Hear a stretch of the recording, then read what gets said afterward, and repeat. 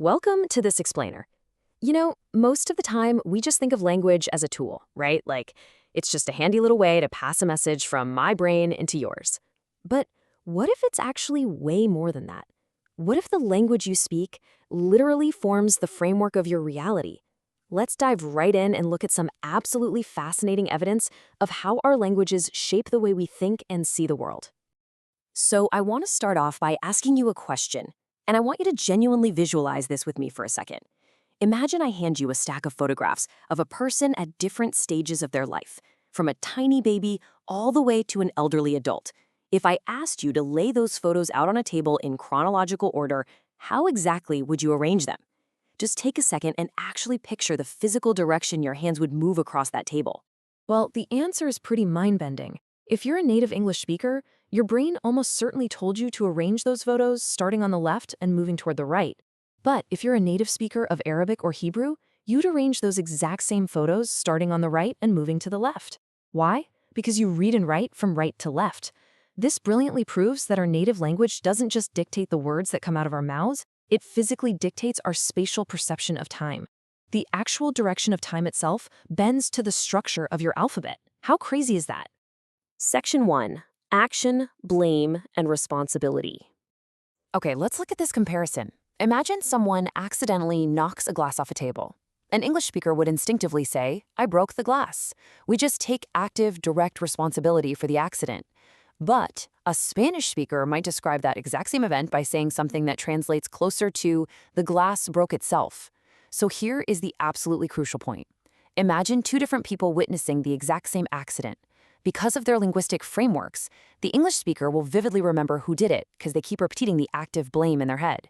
The Spanish speaker, though, will just remember that an event occurred. They literally remember the exact same event entirely differently, all based on their language. We can see this with littering, too. In English, we say, "I drop." Again, we're taking active responsibility. Dropping implies that I was a willing participant in the whole thing. But over in Dutch, the phrasing is "ik laat vallen," which literally translates to "I let fall."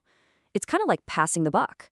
The phrasing makes it sound as if the litter was, just destined to fall to the ground anyway, and the speaker simply did nothing to stop it. It's a totally different way of processing personal responsibility. And we see this subtle psychological framing even when we're just talking about our own personal capabilities. Like in English, if you're terrible at karaoke, you'd probably just say, "I can't sing." That sounds incredibly final, doesn't it? Like you're permanently incapable of doing it. But in Portuguese, you would say, "Eu não sei cantar," which translates to, "I don't know how to sing." It's so much more optimistic.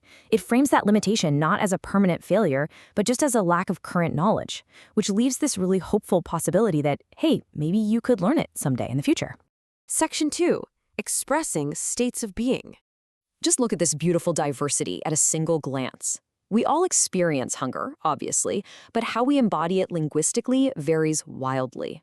In English and Arabic, we identify as the feeling itself. "I am hungry," or "ana jaea." In Spanish and French, hunger is treated more like a possession. "Tengo hambre," or "j'ai faim." Literally, "I have hunger." But my absolute favorite for sure is Portuguese. If you directly translate "eu estou com fome," you get "I am with hunger." Just imagine a Portuguese speaker new to English proudly declaring to you, "I am with hunger." It sounds so poetic and companionable, right? It perfectly highlights how small grammatical structures totally change how we express a basic human need. And this nuance extends deeply into how we understand knowledge itself. Have you ever had a Spanish-speaking friend say something like, "I want to meet the culture"? That funny literal translation happens because in Spanish, the verb conocer means both to meet and to know. But they actually have two distinct verbs for knowing. Saber is used strictly for facts, information, and knowing how to do something. Conocer, on the other hand, is reserved for people, places, and things, basically experiential knowledge. Portuguese and French actually do this exact same thing.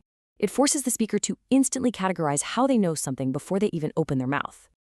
This also brilliantly illustrates one of the most vital splits in Latin-based languages like Spanish and Portuguese, which is dividing the verb to be.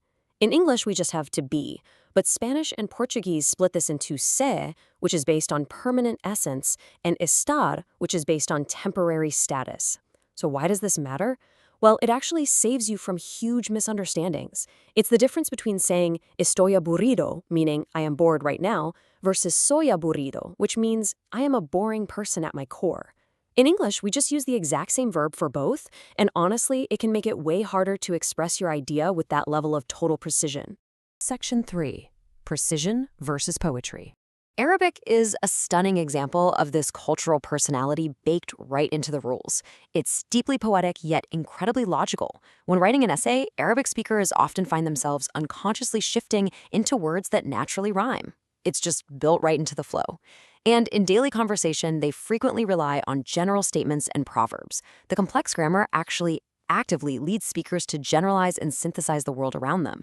Even the alphabet requires this dynamic way of thinking, with letters actually changing forms depending on where they sit in a word. Now, let's pivot to the stark contrast of the German language.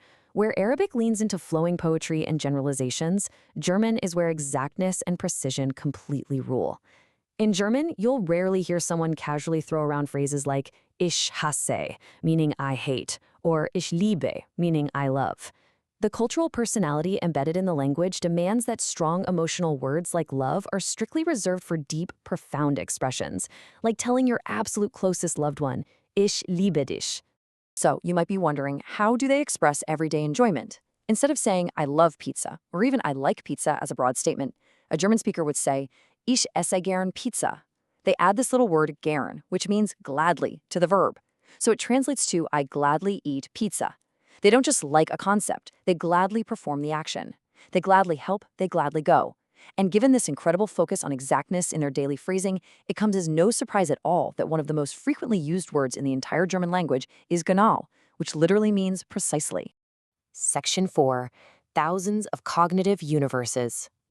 7,000. That is the approximate number of languages currently spoken around our globe.